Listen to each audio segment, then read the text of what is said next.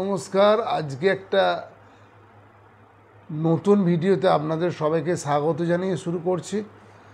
আজকে আমরা আলোচনা করব যে আমরা যখন ইনফার্টিলিটির কেস আসে তখন অনেকেই স্পার্ম কাউন্ট পরীক্ষা করতে দেয়া হয় বা স্পার্ম অ্যানালাইসিস করতে দেয়া হয়।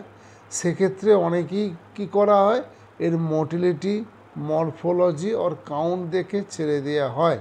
কিন্তু এইগুলো ছাড়াও আরও কিছু পয়েন্ট আছে যেগুলো কিন্তু খুব ছোট পয়েন্ট হলেও ফার্টিলিটির ক্ষেত্রে একটা উল্লেখযোগ্য ভূমিকা রাখে।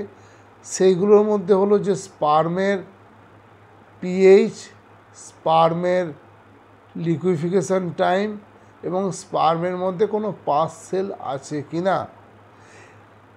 আজকে আমরা আলোচনা করব এই স্পার্মের মধ্যে পাস সেলের কী কী ভূমিকা আছে এবং তার ট্রিটমেন্ট।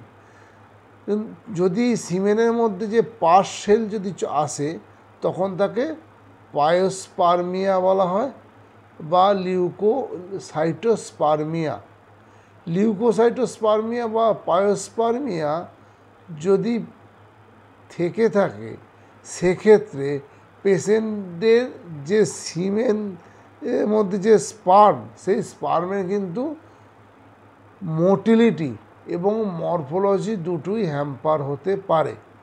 তাই মোটিলিটি এবং মরফোলজি যদি কোনো ডিফেক্ট স্পার্মের মধ্যে থাকে অবশ্যই একবার স্পার্মের মধ্যে কোনো পাস সেল আছে কি না সেটাকে টেস্ট করিয়ে নিতে হবে। এবার এই পাস সেল যেটা আসে স্পার্মের মধ্যে তার সোর্সটা কী? এর মধ্যে যেটা মেন সোর্স সেটা হচ্ছে যে ইউরোজেনিটাল বা আমাদের ইউরিনের মধ্যে যদি কোনো প্রবলেম থাকে তার জন্য কিন্তু সিমেনের মধ্যে পাস সেল আসতে পারে, নাম্বার 1। নাম্বার 2, প্রস্টেটের যদি কোনো প্রবলেম থাকে, যদি প্রস্টাইটিস থাকে, কোনো ইনফ্লামেশন থাকে তার জন্যও পাস সেল আসতে পারে। নাম্বার 3, যদি কোনো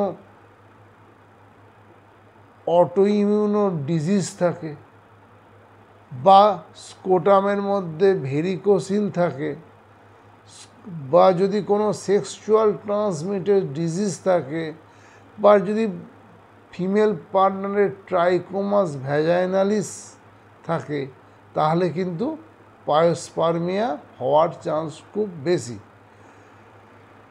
পায়োস্পার্মিয়া যদি হয় তাহলে এর আয়ুর্বেদিক ট্রিটমেন্ট কী আছে? দেখুন, পায়োস্পার্মিয়া যদি হয় তাহলে মেল ফিমেল দুজনকেই কিন্তু ট্রিটমেন্টটা আমরা দিই এবং সেক্ষেত্রে কিছু টেস্ট আমরা করিয়ে নিই। সেই টেস্টগুলোর মধ্যে উল্লেখযোগ্য হচ্ছে ইউরিন টেস্ট, ইউরিন টেস্ট বা ইউরিন কালচার টেস্ট, সিমেন টেস্ট তো করানোই হয়, তার সঙ্গে সিমেন কালচারের টেস্টও কিন্তু করানো হয়। করিয়ে সাধারণত যদি পায়োস্পার্মিয়া প্রমাণিত হয় বা এস্টাবলিশড হয় সেক্ষেত্রে দীপন এবং পাচন মানে ডাইজেস্টিভ কিছু মেডিসিন দেওয়া হয়। তার সঙ্গে মেনলি পরস্কাদিক গণ সিদ্ধ ঘিত বা নাগ্রাদি গণ সিদ্ধ ঘিত যদি পেশেন্টকে মাস 2-2.5 খাওয়ানো যায় তাহলে কিন্তু ইনফ্লামেশন চেক হয়ে যায়, চেক হয়ে সিমেনের মধ্যে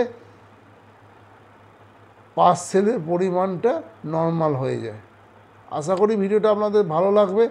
ভিডিওটা যদি ভালো লাগে তাহলে প্লিজ লাইক এবং শেয়ার করুন, আমার চ্যানেলটিকে সাবস্ক্রাইব করে রাখুন। নমস্কার।